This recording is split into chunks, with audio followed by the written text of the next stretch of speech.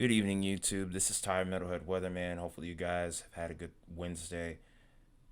Well, as we all know, it's getting close to time for landfall for now Hurricane Nicole. There's not a whole bunch that has changed with the track, but we are within those final hours before the storm begins to make landfall. Impacts have been felt in Florida and the Bahamas throughout the course of the day. Storm surge, wave heights have all increased, as well as just the storm itself. As right now we're sitting at a 75-mile-per-hour storm with a central pressure of 980 millibars, and we've sped back up to 13 miles an hour once again. The storm has a very big wind field. In fact, we're looking at, I think it was on the northwestern side of the storm here. We were looking at potentially maybe 390 miles, I think it was 390 miles out. I can't speak. We had tropical storm force winds extending 390 miles out from the center, and 420 miles out from the center, we had tropical storm force winds reported. So that just goes to say how big the wind field is.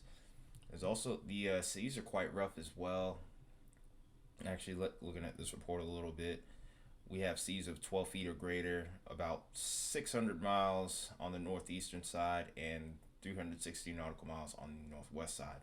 Northeastern side is definitely the strongest part of the storm, and we'll have to be very careful of that as time goes on. I do think there is a lot more wind energy on that side. Excuse me. A lot more wind energy on that side, and I think also the threat of tornadoes is going to exist. The greatest threat of tornadoes is going to exist there. So since the storm is now strengthened to hurricane, and this is also an update from I think it was 7 o'clock.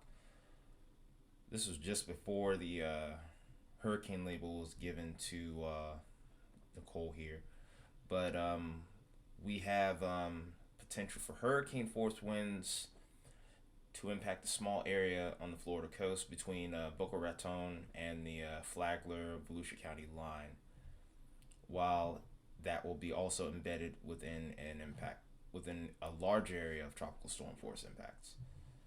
So that just goes to show that this is still a very much developing situation. Of course, we know a lot of the impacts that we're already going to be expecting due to my video this morning. Link to that video will be in the top right corner. Let's go ahead and go to Radar Omega here, and we'll go ahead and take a look at the system itself right now.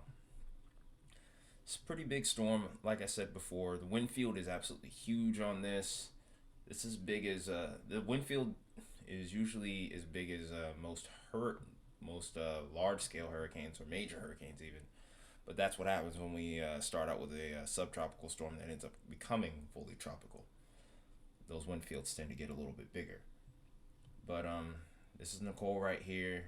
Not the most organized not the most organized storm even, but its impacts are already being felt. There's a slew of wind advisories that have been issued throughout the southeast right now, and I do expect that area to increase as time goes on. No real surprise with the track here. No changes with that necessarily. Go ahead and zoom in and take a closer look at some of the areas that may be dealing with a direct landfall. We're mainly concerned about Port St. Lucie in particular. I think maybe about 10 to 20 miles to the east or west of this white line here is where we can expect a potential for landfall. Trying to see if I could zoom in a little further if Radar Omega will let me here. Kind of hard to do that with a satellite, of course. I have to probably look at the radar. I have to probably look at a radar tower maybe in order to do that. Oh no, here we go. We're looking at Point St. Louis, Fort Pierce. I don't think I could zoom down too much further anytime soon, I don't think. Trying to get an idea of what else could be right here. But one thing that I can say for sure here is that landfall is imminent. You have no time left for any sort of preparations. You had your chance earlier this morning, and that was your absolute last chance at that. But now we're getting into the big part of the storm here. Conditions are really going to start deteriorating over the next 3 to 5 hours as the storm draws closer. But once we get past the eye, the good news is the storm isn't really well developed on the backside here. So we may have wind, we may have rain on that backside, but it won't last for very long. Plus, the storm's moving at a decent clip here. 13 miles an hour isn't exactly slow for a hurricane, which is good news. So this should be in and out pretty quick. I do think potentially as time goes on and as it weakens, we may deal with a storm that slows down a little bit more.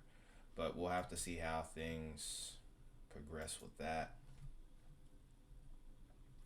So no real surprises here on the track again. The main thing that we're going to be focused on in this video is going to mainly be the storm surge and of course our tornado threat. We won't be going over that much because we've been going over it the last couple of days.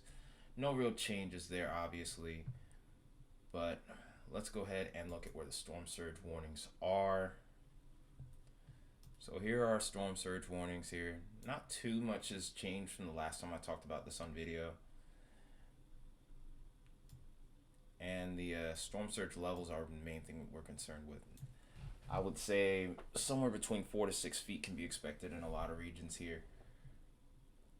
But given the increased wind field or above average wind field compared to most systems, there may be slightly high. This storm surge threat may spread a little bit further to the north and maybe the west, the north and west. I'm a little thrown off by this system here, to be honest, because I'm somewhat in my head getting this mixed up with Ian somehow, even though Ian was a much stronger storm and in a different area. But I'm used to storms being in the Gulf. I haven't seen one that comes from this direction in a while. But pretty much towards the Big Bend, we have some potential for storm surge mainly as it's coming out of the little bend here and into the Panhandle. This probably will go through Tallahassee possibly, or maybe just to the west of it. And then, of course, our areas that were hit pretty hard by Ian.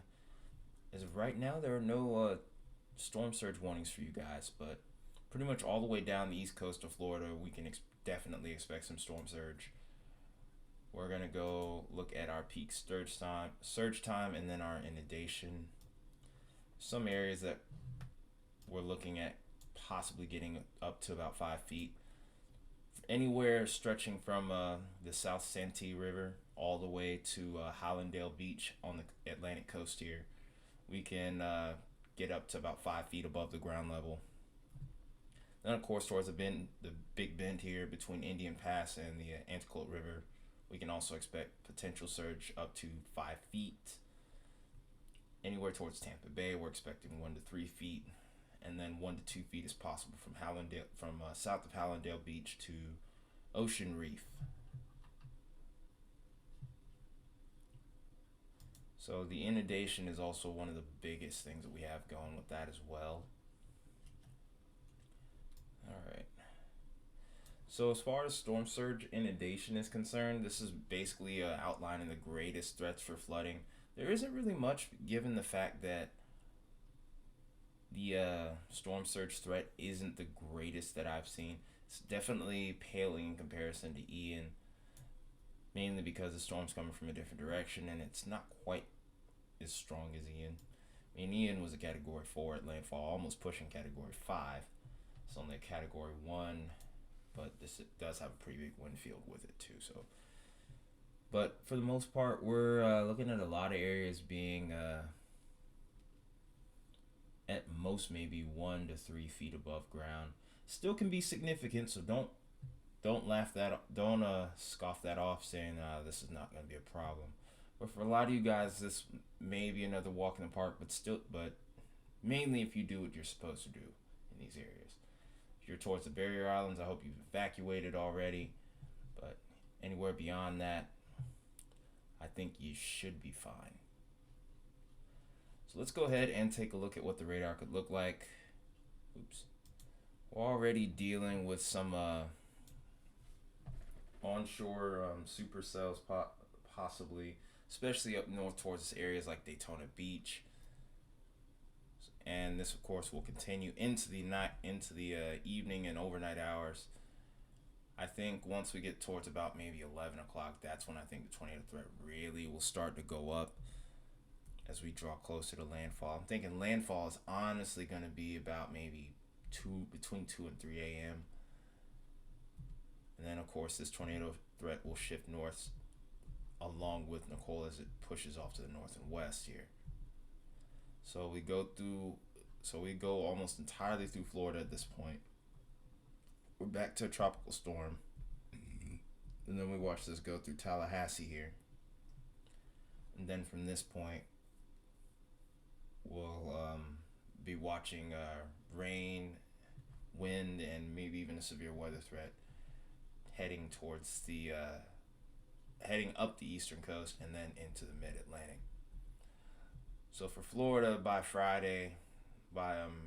early Friday morning, there may be some lingering showers and storms.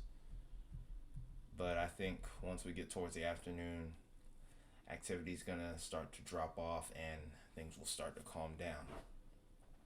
But mainly this video is going to be talking about Florida today. We'll talk about other areas that could be affected tomorrow or in the video tomorrow morning, as well as talking about the Arctic blast, which is starting to really settle in now. But yeah, that's the end of this video here. If you guys are in the areas of risk right now, hopefully you've done what you've had to do, or hopefully you've may have evacuated if your area is a little bit more in danger of storm surge, flooding, etc. Also share this video to anyone that may need it, anyone that's within these regions. But yeah, that's it. This has been Tire Metalhead Weatherman. I will see you guys in the morning. You guys have a good night.